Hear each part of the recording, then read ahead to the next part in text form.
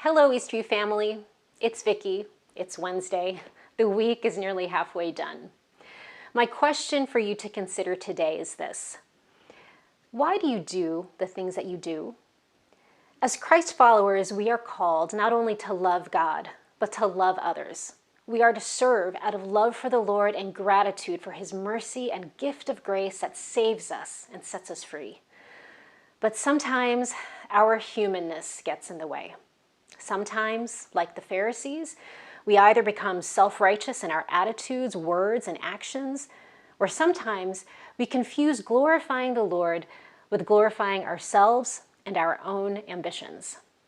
Our passage today reminds us of this. We are in John 12 this week, and today we're looking at verses 3 through 6. In this chapter, we are back with Mary, Martha, and Lazarus, and they are hosting a dinner for Jesus. This is what happens.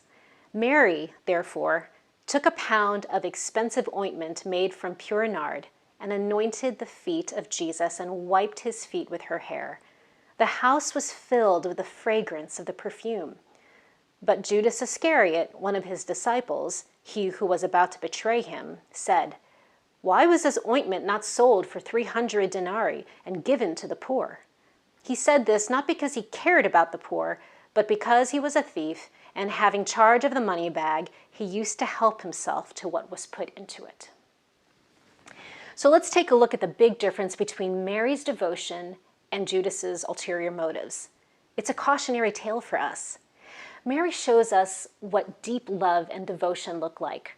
Her offering is this expensive ointment made from the purest and rarest of ingredients, meticulously crafted. It wasn't just expensive, but it represented sentiment, significance, and sacrifice.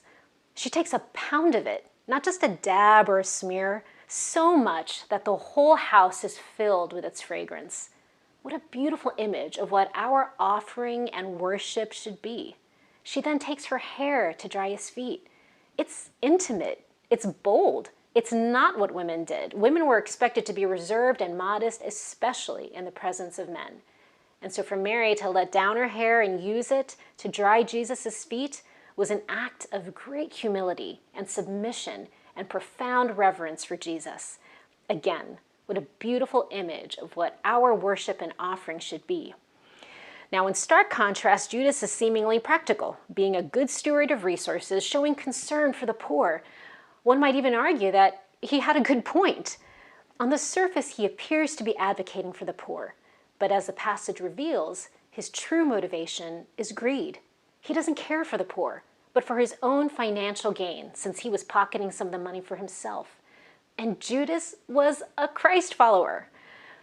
So this story spotlights how people can make their not-so-great intentions look all shiny with a good cause. This story ought to encourage self-reflection.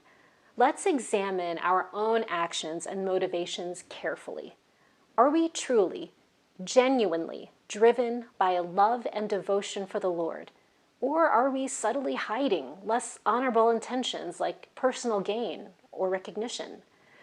In our everyday lives, it's crucial to be honest with ourselves about why we do what we do. Let's aim for genuine acts of kindness and generosity that come from the heart, not from hidden agendas. May we have integrity and authenticity in our actions and intentions.